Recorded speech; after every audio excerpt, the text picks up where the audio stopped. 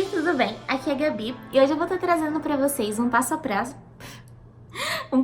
passo para você estar conseguindo um summer job. Eu já consegui alguns summer jobs, mas eu não necessariamente fui para eles. Eu levo todo esse processo como um mecanismo de autoconhecimento e realmente tá executando tudo que eu aprendo em teoria em questão de processo seletivo na prática. Então, eu realizei alguns processos, recebi nãos para alguns e sim para outros. Então, eu tô aqui para passar para vocês um pouquinho desse conhecimento e espero ajudar. A primeira coisa que eu faço é definir qual tipo de summer job eu quero. Eu quero um summer job em empresa e, se sim, qual tipo de empresa? Uma empresa como um banco, uma empresa relacionada à consultoria, qual tipo de empresa eu quero? Isso me ajuda muito a refletir sobre onde eu quero estar empregando o conhecimento que eu adquiri em sala de aula, justamente porque o Summer Job surgiu para você estar empregando esse conhecimento durante os seus semestres, então entre os seus semestres. Reflito muito sobre que tipo de empresa eu quero. Se eu quero um acadêmico, qual instituição? Checar os pré-requisitos, vamos visualizar se eles aceitam alunos que já não são pertencentes a essa instituição. Então, esse é o primeiro passo que eu sugeriria para você estar fazendo. Qual tipo de summer você deseja? Tudo bem? Segundo passo, jogar lá no Google, o famoso Google Search, sobre o seu summer job. Vamos supor que eu escolhi o Google. Então, Summer Job at Google. E o Google tem o seu próprio mecanismo de summer job que vai aparecer logo direto o site deles com todas as oportunidades. E lá, eles vão ter certinho o processo seletivo. Geralmente, o Summer Job profissional vai te pedir uma cover letter, ou seja, uma carta de apresentação profissional, vai pedir um currículo, às vezes vai pedir um teste de lógica e também vai pedir alguns pontos relacionados ao seu histórico, mas varia muito do tipo de posição que você está aplicando, então sempre recomendo olhar os pré-requisitos. Depois desse processo, você basicamente vai estar aplicando com todos os seus documentos. Alguns summers são para quem está na graduação. Outros summers são para quem está no período de mestrado, então vale muito a pena você observar os pré-requisitos para ver em qual você se encaixa. Encontrou um que você se encaixa? Perfeito! Tá na hora de começar a sua aplicação. Falando um pouquinho sobre a questão da entrevista, que seria basicamente um terceiro passo aí, né, dentro do Summer Job. Dicas para preparação de entrevistas de Summer Jobs profissionais. Basicamente, seria muito interessante você estar estudando previamente a empresa e especialmente a posição que você vai estar ocupando e o conhecimento que você tem sobre essa posição e conhecimentos relacionados às tarefas que você vai fazer. Então, se você sabe sobre um software específico ou se você sabe sobre um processo de análise específico, se você tem um curso específico em X coisa que pode ser o seu diferencial, é uma coisa que sempre vale a pena você citar. E por que você vai citar? Porque você pesquisou antes, especialmente sobre essa posição. Yes! Yes! Yes! Yes! Então, vale muito a pena estar realizando esse processo. E aí? Agora, depois do seu processo de entrevista, tem a espera. E esse processo de espera é quando muitas pessoas ficam ansiosas, e daí vai a quarta dica / passo. Eu não recomendo encaminhar e-mails e lotar a caixa de mensagem do recrutador perguntando sobre o seu processo e como tá indo. Eu sugiro esperar, eu sei que é difícil, rola muita ansiedade, mas sugiro esperar. E quando você receber a notícia, caso for positiva, yay!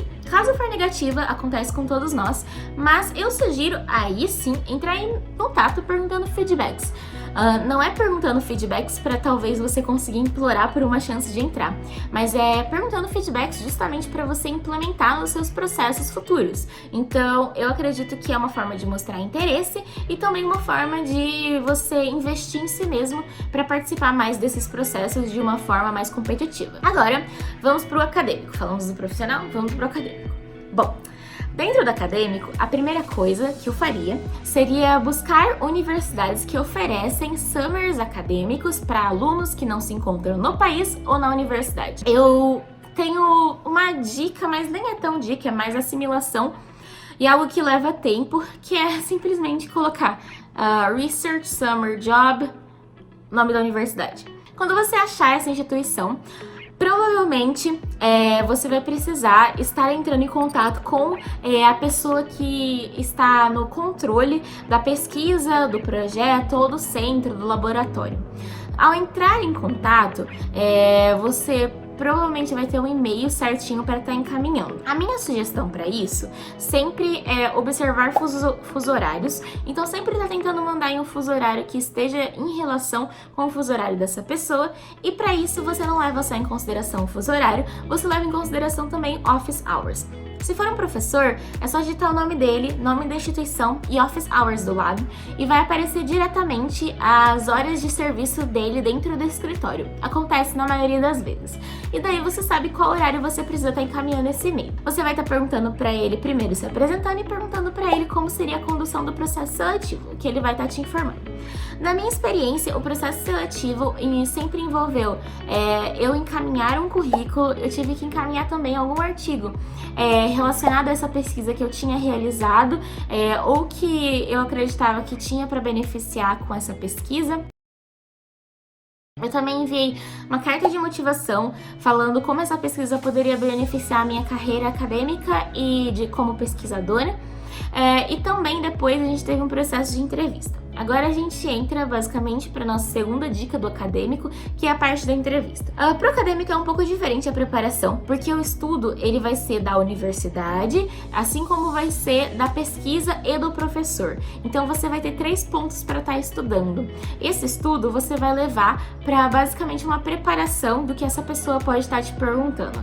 Quando você está pesquisando a instituição, vale a pena pesquisar o que a instituição tem a te oferecer como pesquisador e os mestrados dessa instituição que você pode estar interessado.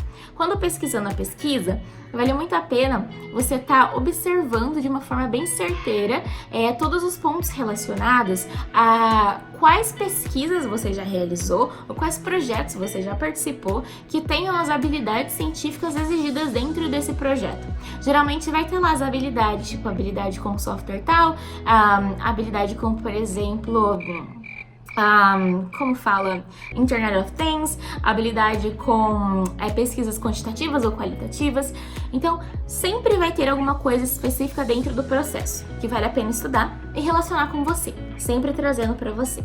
Terceiro, quando você pesquisa o professor, basicamente você vai estar analisando certinho a carreira desse professor, se tem algum ponto específico que vai listar durante a entrevista, e se ele perguntar nas questões o que você espera aprender com ele, você já está preparado para estar respondendo isso. Dentro desse processo também seria bem interessante para o acadêmico, você, assim como o profissional, não spamizar o e-mail do professor. Quando for a hora, ele vai te mandar, e caso a resposta for não, novamente feedbacks. Para ambos, eu acredito que vale muito a pena a análise do que vai te beneficiar e quais os seus planos para o futuro. Se você quer uma carreira acadêmica, talvez buscar o acadêmico seja o melhor. Se você quer uma carreira que não seja nada relacionada com pesquisa, buscar o profissional. Talvez você esteja em cima do muro ou queira ambos, então aplica para ambos. Eu acredito que é muita questão de reflexão, mas eu espero ter ajudado. Espero ter dado mais insights em relação ao tópico, e qualquer coisa que vocês precisarem, eu tô aqui. Muito obrigada por assistir.